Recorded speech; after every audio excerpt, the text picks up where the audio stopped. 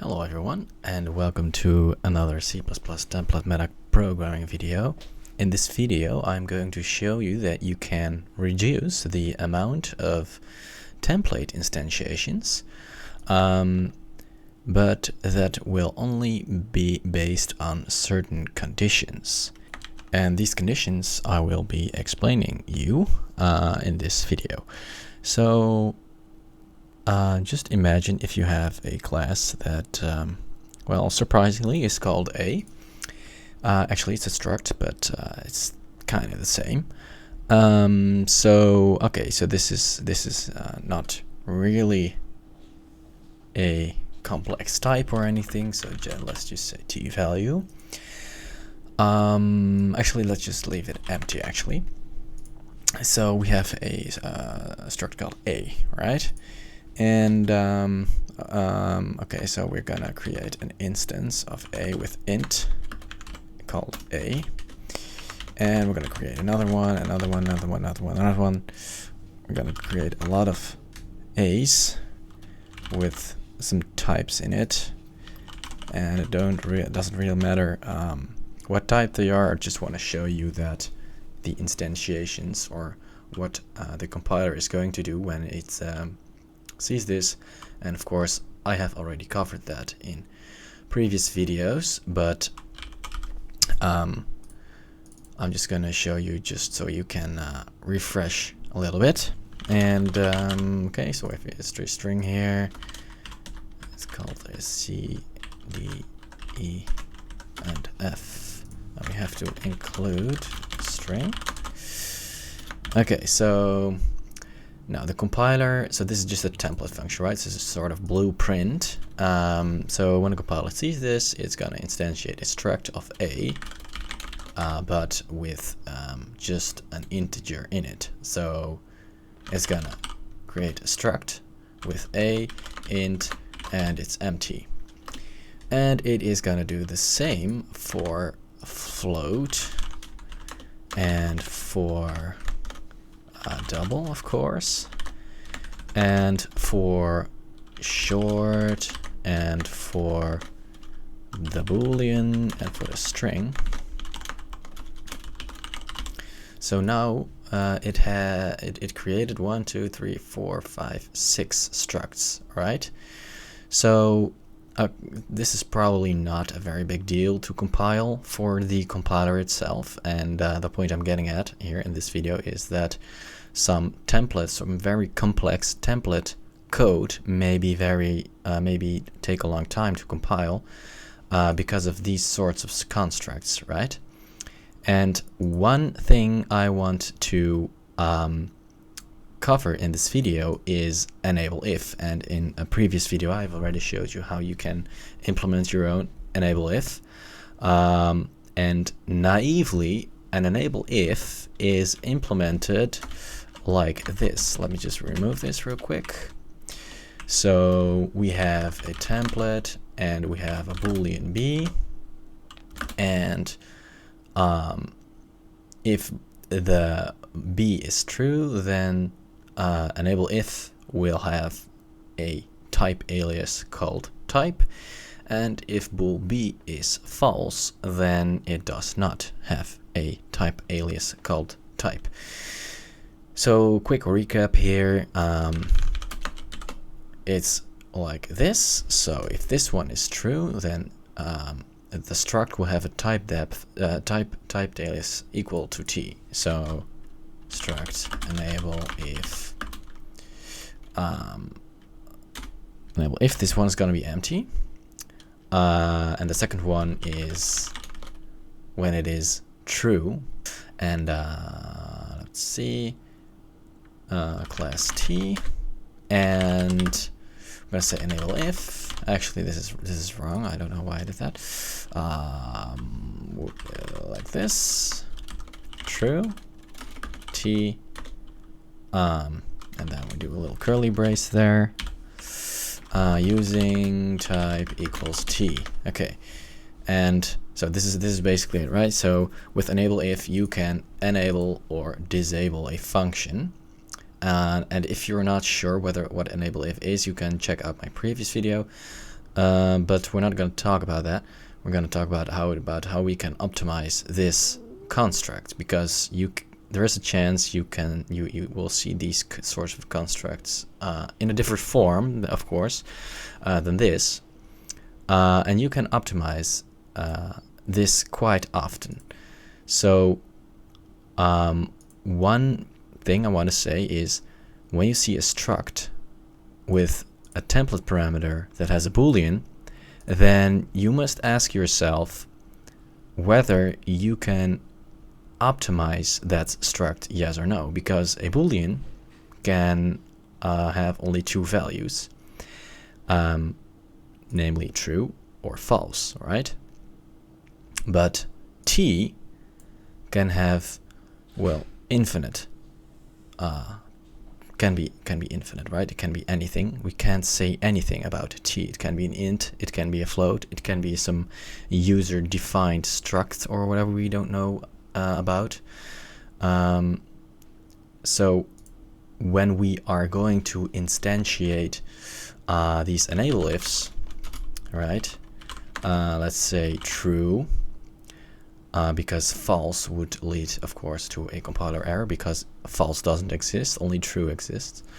Let's say enable if true and int, and type name a is 3. So right, the enable if true int is gonna, or the compiler is gonna check whether this struct is defined, and that is the case because this is the most specialized option it can choose, because this one and this one is both true, so it would choose this implementation over this one. Of course, if I would enter false here, it wouldn't even compile, so that's why I'm writing it this way. So yeah, okay, so this one's 3, right?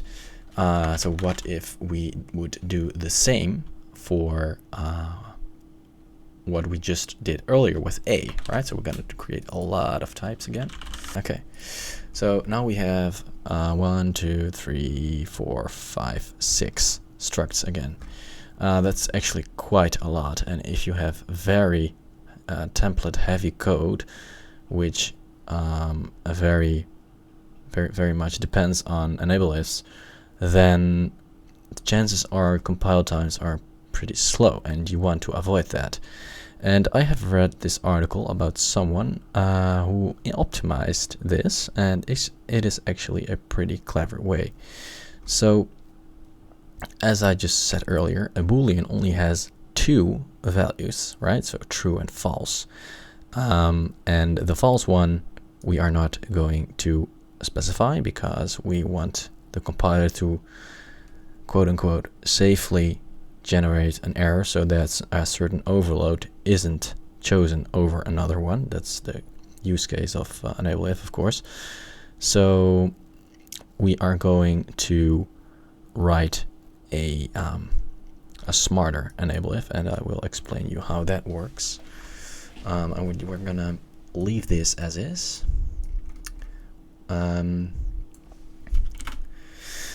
So let's just remove this t, because we're not interested in that yet.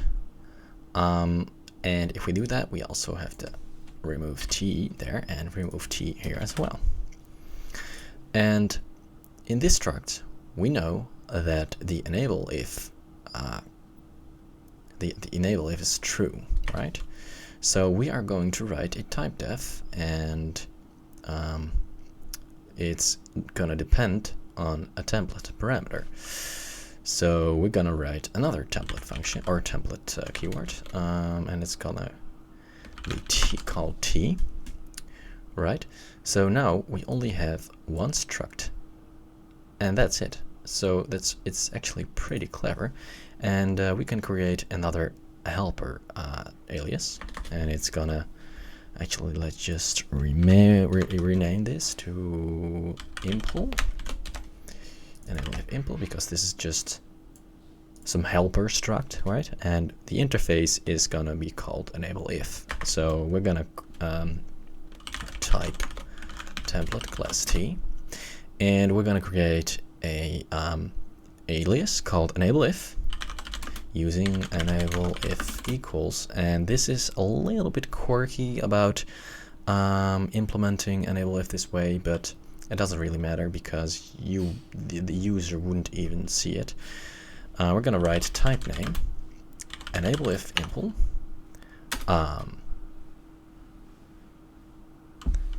yes, of course we have to pass in a bool b. So this is when it gets a little bit quirky, but don't worry about it.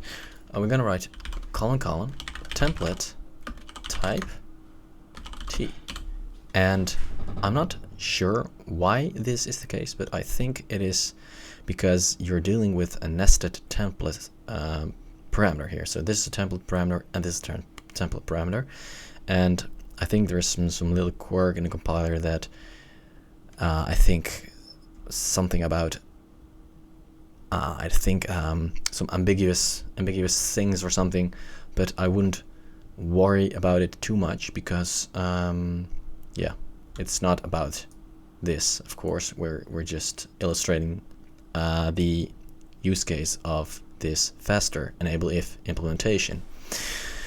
So you might be wondering, okay, so what is the why is this faster? Well, because now the compiler isn't going to create a whole new struct for you, right? It's not gonna create another enable if impl for int or whatever. It's just gonna create another type def, and the type defs are relatively cheap. So I'm not sure actually how type defs are generated in C++, but you know, this is not valid C++ syntax, but just to illustrate, it could maybe something create something like this. Type is int, right?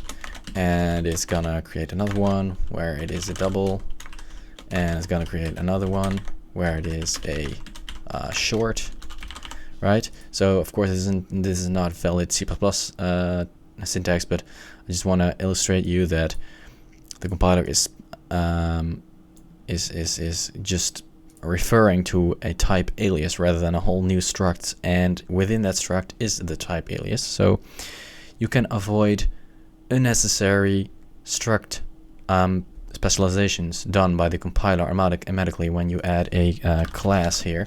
So actually this is all, I think, maybe for some other cases as well, but in certain cases where you already know what the possible values or types are, you can specialize that struct so that the compiler is not going to instantiate that struct a million times, right? Figuratively, of course, because if you have a million enable ifs, then you're doing something wrong, I think. But anyway, this is not the only smart implementation about for enable if, because in the std library there is another sort of enable if kind of thing. It's called conditional.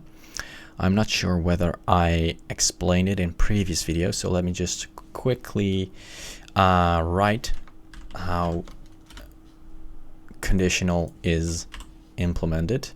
So conditional lets you use a certain type based on a condition. So it's gonna be like std enable, conditional, then bool tu. All right, this is the I think it's syntax or whatever you want to call it. So if this boolean is true, then the struct will have a type alias equal to t. If bool is false, then the conditional struct will have a type alias equal to u. So I'm gonna quickly write that. If true, and class if false. So yeah, okay, so this is gonna be called condition. And well, a boolean only has two values, so we're just gonna, let's say, we can say that this is let me just simplify it by writing a conditional for true and a conditional for false, so you can really see what's going on here. So we're gonna create a conditional for true, and we are going to create a conditional for false. Of course, we have to pass in the template parameters here. So we're specializing conditional for true, and we are specializing conditional for false. If true, if false. All right. So I said earlier that if this boolean is true, then it will have a type alias equal to t, and if it is not, then, or if it is false, then it will have a type alias equal to u.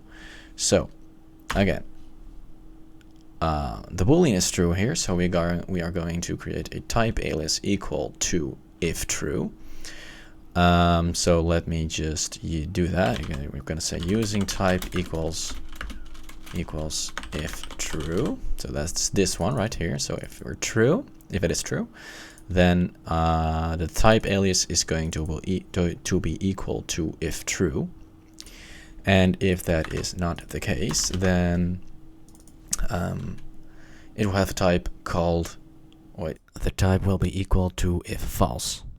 So let me just write it down, or as a little example: conditional true int float type, and we have to write type name because it's weird.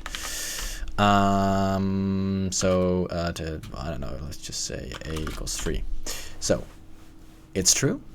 The conditional here in this case is true. Let me just write another one where the conditional is false, and say b. So now we have a conditional called true, and the compiler is going to check, okay, are there any specializations of this struct? Well, yes, there are. There is one with true and there is one with false, but we are passing true. So the compiler is seeing this struct and it says, okay, I'm going to choose this one because it suits the most. It's the most suitable specialization. And then we are creating a type def, which is equal to if true, and in this case that's int or float, but of course if true and int are the same, so this one is this one, right? This one and this one are the same. So we're creating a type def, and it's gonna be equal to int in this case, right? And then we have another conditional where it is false, and in that case we want it to have a type alias with float in it. And well, the compiler is going to check again, okay, are there any specializations for conditional false? Well, yes, there is. That's this one. Again, this is the most specialized struct. So it's going to choose this one, and it will have a type alias, and it is going to be equal to if false, which is float in this case. So why am I telling you this? Well, as we saw in our enable if, we already know that there are only two possible values for the boolean, right? True and false, and everything else than that will be, I think, converted to either true or false. I'm not entirely sure, but that is not the purpose of this video, of course. So we're gonna create a smart or fast conditional. So again, we only want the boolean right here, all right? And we're gonna create two specializations, 1 and 2, false. So you might be wondering, okay, but we need two types, so how are we going to do that? Well, that is quite easy. We are going to create a dummy type because we are not going to use either one of the types, right? So let me just show you. You're going to write template class T and class U, or actually if true, class if false. And we're going to have a type alias called type equals if true, and we are going to rename this to impl because we have to add this weird colon template syntax again. So that's why I'm just creating a impl struct. So you might be wondering, hey, you're not using this if false here, so why even bother writing it? And that is actually true, but we are going to leave it as is because conditional always requires 3 template parameters, namely the boolean, the first type, and the second type. So we're just gonna leave it as is, and you'll see what I mean in a minute. We are going to copy paste that, and we are going to replace this by if false. So because we are not using this class, we can just or actually this class right here, we can just remove it. We don't have to give it a name because we're not even using it, so why bother giving it a name if you're not using it? So we're gonna do that the same for this class, or this template class parameter. So yeah, now we have 2, or actually 3 template parameters, namely the bool, the if true, and the if false. So we want to have 3 template parameters, right? So we're gonna create another alias, and we're gonna say bool condition class true and class false. Let me just add if here to stay consistent with the rest. And we're gonna say using conditional equals type name conditional implementation with the condition as first parameter, which is this one, and we're gonna write colon again with followed by template, and then we're gonna write type with if true and if false. All right. Yeah, so this is basically a little bit the same as what I've shown you earlier with the enable if, except this one is faster again because it only has to create using or type aliases, which are cheaper than creating an entire new struct. So yeah, that's yeah. So this is a little bit faster. And as you can see, it's giving me some sort of error, and that's also because we can remove this conditional colon type, or the colon type thingy. We can remove that right here. Let me just see what happens when I build it. Alright, yeah, I know it. So of course, we don't have to, we're specializing it, so we're not adding the template parameter. So let me just build it again. Yeah. Okay, so this way of writing conditional is for the compiler easier to, well, sort of digest, so to speak, because it only knows about 2 structs and not about well, in this case, if I would use the naive implementation, right, then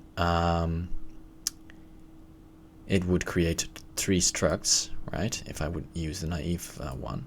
But if I were to write another one with float and int, and this is the naive implementation, right? So how I've written it before. If I were to write this with float and int and false, then it's gonna create another one. So that's already 3 structs. And then I create another one with true, and then float int, right? D. It's gonna create another one. So these are so now you have created 4 structs already. While this implementation is just way cheaper and very trivial because they already exist, and they only consist of a type alias. All right, and so yeah, if you're dealing with templates and you already know that certain template parameters have certain values or certain types, you may you may actually check whether you can apply this technique to reduce the amount of structs being created by the compiler. So that's it for this video, and I hope you have learned something. And if you have any questions, please let me know, and I'll see you next time. Bye bye.